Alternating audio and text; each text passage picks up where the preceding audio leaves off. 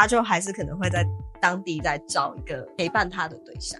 假如我自己的对象这样对我，我会觉得我宁愿他坦诚这样对我，而不是私底下玩这些东西。你的意思是说，对，价值观他可以很明确的跟你说，不好意思，我跟你讲，我在柬埔寨有个女朋友。你知道吗？越南是全球第2大的手机生产大国，包含像是 Google， 包含像是 Apple 的手机，多数都在这边制造的。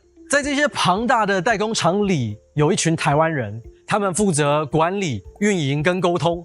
那今天呢，很荣幸访问了越南富士康厂的唯一女台干。那我们来听听她的故事吧。嗨，大家好，我是阿杰。今天我们来到我们的第1集海外的台湾人访谈。我觉得我第一个好奇点是，其实我并没有设定一定要在哪里。我当时就是觉得说，我一毕业我工作，我就是想要在海外工作，所以其实现在在越南并不是我的第一份工作。我想要亲自去感受每一个地方带给我不一样的人文风情跟实际的一些感官冲击。毕竟你出国旅游永远都会只会看到那个地方好的一部分，对，你只会去知名景点，你不会去街边小吃蹲在路边陪人家一起嗦粉啊。你缩粉是什么意思？对啊，你这是中国用词吗？对不起，对，就是吃面的意思。我们先从生活层面来先聊起好了。你觉得自己在北越生活跟台湾有什么差别？最大的差异我觉得还是在交通交通的话超级不方便，你去哪里都要打车。那这边的交通建设，我觉得基建也没有像台湾或者是中国那么好。还有人文素养的部分。你指的人文素养是什么意思？你可以大概跟我们交通，我相信你在这边也来玩几天了，你主要是你应该有发现越南的交通蛮乱的，大家都是随心所欲的前进。这种人理解就是应该说，我只能说在越南骑车或开车都要格外的特别小心。是，你好会讲话。因为你会从四面八方遇到人，所以这就是造成交通阻碍的原因之一。但你知道我要提，我觉得反向，这是对于开车或者骑车人的困扰，但我反而觉得对于走路的人来说，我觉得是优势。并没有，他没有人行道，你有注意到这件事情吗？对，但是我的意思是，因为你看，我作为行人，我基本上我哪一条马路，我随时都可以走过去，我也不怕被车撞。这是我觉得越南的优势，对吧？你这是反向思考。没有真的，我没有说不对。因为你自己思考比如说你在台北，你要过个超级大马路，你可能要等2分钟、1分钟，你很焦躁。但在越南你不用，越南就是你看着那边，你就往那方向很直走。对，然后而且要坚定的直走。然后重点是有车过来，你也不用跟他说不好意思。目前公司安排的地方是很舒适，算是高档，有点像现在的新庄复都型，很像。它这边有要求绿地要占面积%多少，然后有湖有树，然后就很舒服。很多人下班的时候都会在湖边散步。像你这个房型应该是大概10坪左右，对不对？10坪的单人公寓，然后一房一厅，差不多。这样价钱大概多少？房租应该是400-500万而已。哇，超便宜耶！你400-500万在台湾，你可能只能住一个鸟不拉几的地方，而且还不是套房，你可能还要住雅房。对，所以这边是那是这样，这么便宜我没想到这么便宜。是啊，这边很便宜而且公司还有补贴。对。全额补贴，好爽！因为这是公司帮忙租的对，公司又提供早餐，装个早餐，再悠悠哉哉的提去办公室。基本上公司都有食堂好吃吗？我觉得可以啊，就是他会专门弄，不会到很 没有，我们是越南口味，我不会到很 impressive， 但是 OK 的通常大家下班后都去做什么？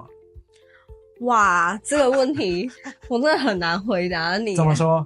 还是你要分男女生来回答？我觉得在我这边的生活区来说，娱乐很少。我基本上下班是没有什么太多活动，就是大不了健身房啊。之前会比较认真去，现在比较没有，因为这边健身房9点就关门。这么早吗？超早。再来就是因为我们这边环境很好，对，我下班就之前会去散步，天气比较凉没有下雨的时候，我会出去散步，对，然后也这样子交朋友。可是我交的朋友也都不是越南本地人，我那是交外国人朋友，就是看到人家遛狗就跟人家当朋友，搭讪一下。对，我只能这样交朋友，因为在越南外国人很难交朋友，因为这里会讲英文的越南人人口比例超少吧，少到不行，真的。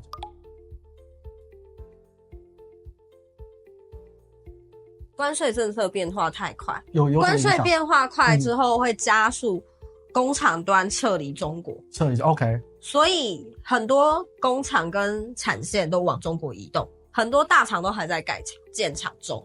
所以说你可能现在建厂速度我觉得是算蛮快，因为我知道的很多大厂对都还在建设中。然后都预计还要招很多工，那因为这边有一个优势，地理优势，因为它离中国近，供应链可能比较方便。你讲有道理。你接触过中国人，你接触过台湾人，你也接触过越南人，我可以大概了解一下你自己怎么看待越南人。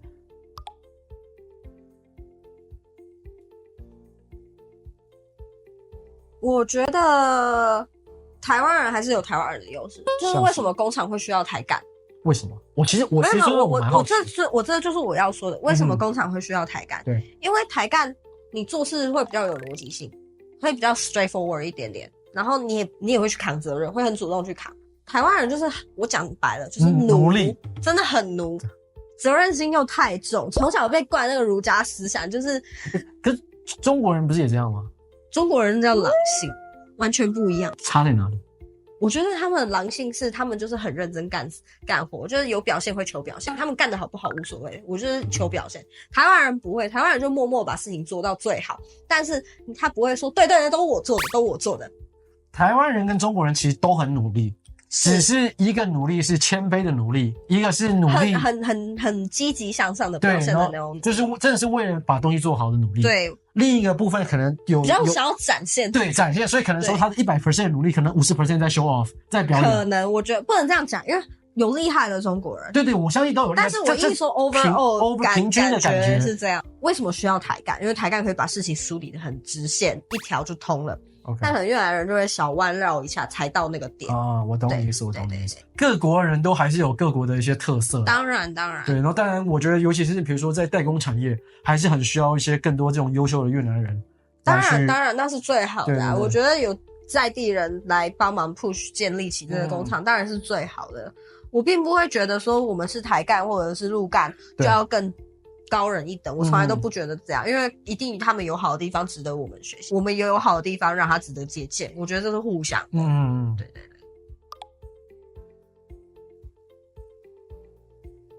就是通常大家想到外派工作，就是脑海里想到的通常都是男生才会来外派。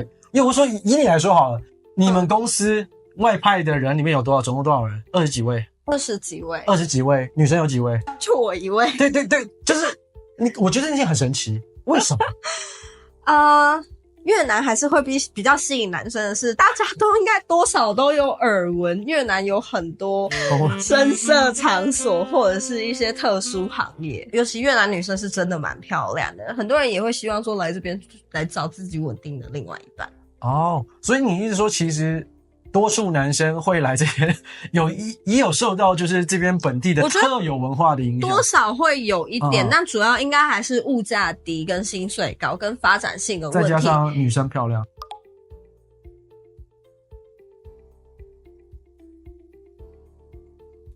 我不知道大家现在是怎么想，大家应该会觉得说，现在男女平权啊。说到平权这件事，那为什么还会有人家会希望女生稳定在家的这件事情？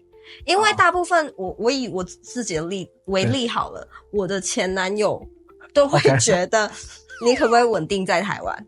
我家人也会觉得女生为什么要一个人一直在外面跑？可是反过来，有人会跟男生说，你为什么一直在海外？我觉得还是会耶。老婆会不会说，你为什么不回家？为什么不在台湾工作？大部分有老婆是在海外工作，老公在台湾的，很少听到。我大部分我遇到多，不能说完全没有，一定有，但是很少。对，我海外外派来现在几年5、6年这么久来看，遇到的外派女生大部分要不就年轻，对，要不就年轻，要不就是年纪有点稍长，就经验也很丰富的。你说30岁左右那种？对，但是也是单身，要不就是真的是已经里级、处级的，就是已经做到那个位置已经很高了，对，很高，但是单身，他就追随他女强人的路线。要不是他未婚，要不就已离婚。以女生来说，那像你说所谓这种父权的概念，在越南本地是不是更明显？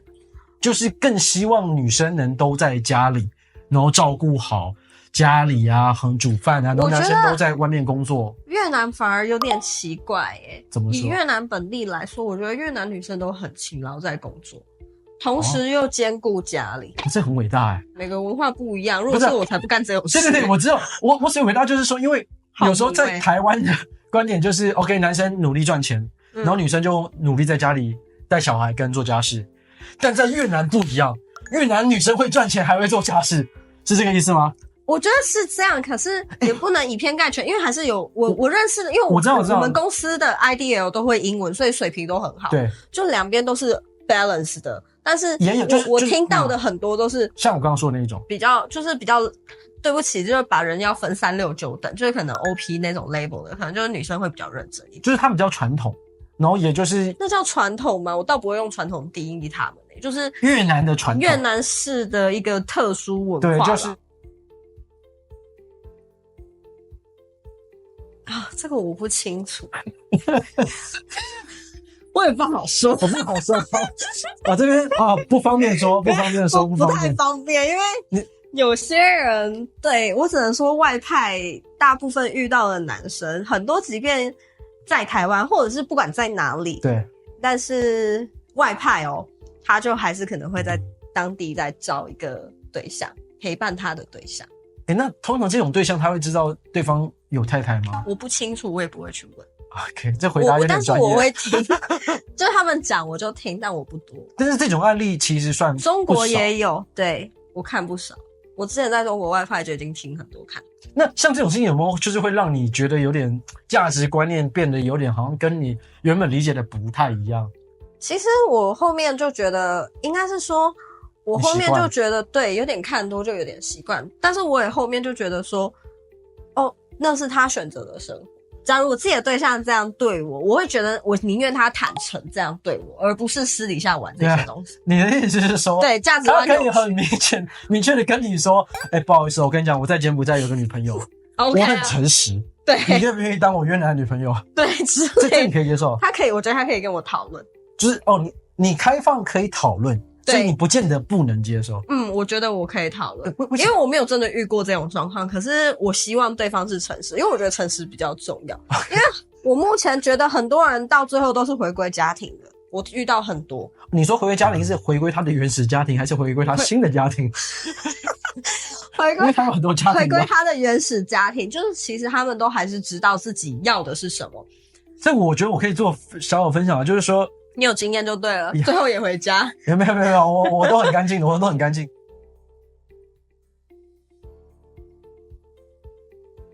我觉得应该说，在海外工作的，我不能说是男生或女生，就是说孤独吧。我觉得他只是想要有一个人陪，下班有人等他。对，就是对，因为你在海外离乡背景，然后又看着这个月亮高高在上，然后你自己有时候自己孤单寂寞觉得冷。不是，重点是有时候下班压力很大，你回来下班后你也没有人可以倾诉。对，有一个对象可以陪你出去走走。近水楼台，他可以陪你走走抱抱，或者是什么的。你到底想讲什么？我只是意思说出去运动跑跑步之类的。也没有，我没有这么对你说健康那种，是不是？对。所以这种就应该说，变成是很多这种海外人就会需要这种陪伴，但是可能对他们来说，这个就是一个短期的陪伴。对于他们来说，他们人生的优先级更看重的是自己的职业发展跟成长性，会大于他的亲情、爱情跟其他东西。这个我有点不知道，因为很多人是跟我说他外派是为了钱。对，包含钱啊，包含钱。很多人是为了钱。对，我不会觉得他们很 shallow， 因为我觉得这很真实的东西。是啊。但是你要说，把亲情、爱情放后面吗？我觉得倒也不一定，因为有些人就是为了钱来养家所以你说家放后面嘛？没有，也不见得。他只是对他可能就是因为需要这个钱撑起这个家。我懂你意思。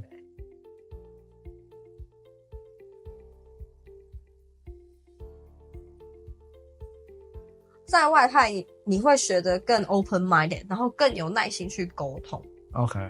因为每一个国家的思维逻辑是真的是不一样的，连台湾人都可以百种，但你来这边更是不一样。所以我觉得要学会去倾听人家把故事讲完一点。那其实也蛮好的。对，你会把自己塑造的更有，我觉得变得更像黏土，就是你到哪里你可以塑造一个不一样的样貌，去融入更当地。我觉得会比较像是这样。那我觉得这样其实就确实我觉得还蛮不错。那我这样说，因为就像你刚刚说，我们现在其实有越来越多的机会可以来越南。对。那你会给那些想来越南工作的朋友什么样的建议了？我觉得你不一定要是选择是越南，就是如果你想要外派，就是试试看，不习惯大不了离职而已啊。讲难听一点就这样而已，我觉得还好，工作而已。我家人都这样跟我说。但重点就是要先试。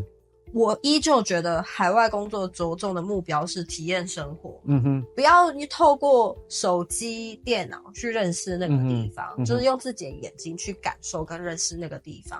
我觉得到了最后面，我还是现在想先比较俗气的，我先问一个问题，就是说，好，你问，如果满分是10分的话，你会给你自己现在的薪资，你大概给自己评，你会给？我觉得我可能才6、7分而已。OK， 你会觉得还好。那你对于你整体的满意度大概给自己几分？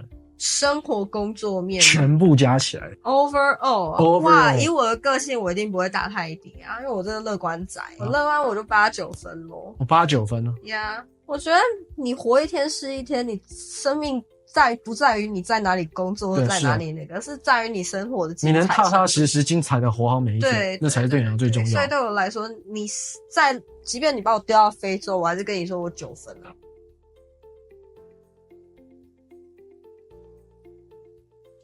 我觉得这是个好问题可是你要想，我从来就没有定义说我以后人要在哪 ，OK， 就是我没有跟自己说我一定以后要定居在哪里。对我来说，如果哪里有机会可以待，我就会去待的。今天假如我在美国生活，对，然后我突然坠入爱河，我可能就直接定居在美国。那或者是说我在越南遇到真爱，所以真爱现在变成是一个关键因素去驱动你去决定你要在哪里。我意思说就是事业已经稳定下来后，遇到又一个人的话，那就是会让我很强烈的比较想要强烈留在那边。我懂你。那当然还是职涯要稳定的前提，不然在职涯还没有稳定或者是没有达到我觉得的一定成就下，要定下来，我觉得都有点。今天我觉得也非常感谢啊，今天真的花了你不少时间来去分享这么多。我觉得越南，我觉得算是不为人知的一面吧。尤其很多人其实都会听到越南台干这些关键字，但是其实很少人有这个机会能直接接触到这样的人。所以我觉得你今天愿意花这时间跟我们这些观众去分享这些知识，我觉得非常感谢。对，没事，我觉得这是互相交流啊。对啊，可能那就是下一集，如果我们在非洲的时候，就下次再找你。对，如果有机会去非洲或者印度其他的国家、奇怪的国家，麻烦再来找我访问一下。其实蛮期待你接下来的人生发展。对对对。好，那今天我们这期影片就到这边。如果你觉得今天的内容有帮助，记得帮我们按赞、订阅跟分享。然后我们接下来也会持续的去采访更多的这些海外的台湾人，把他们这些生活形态分享给你，希望能对你有所帮助。那今天内容就到这里哦，拜拜。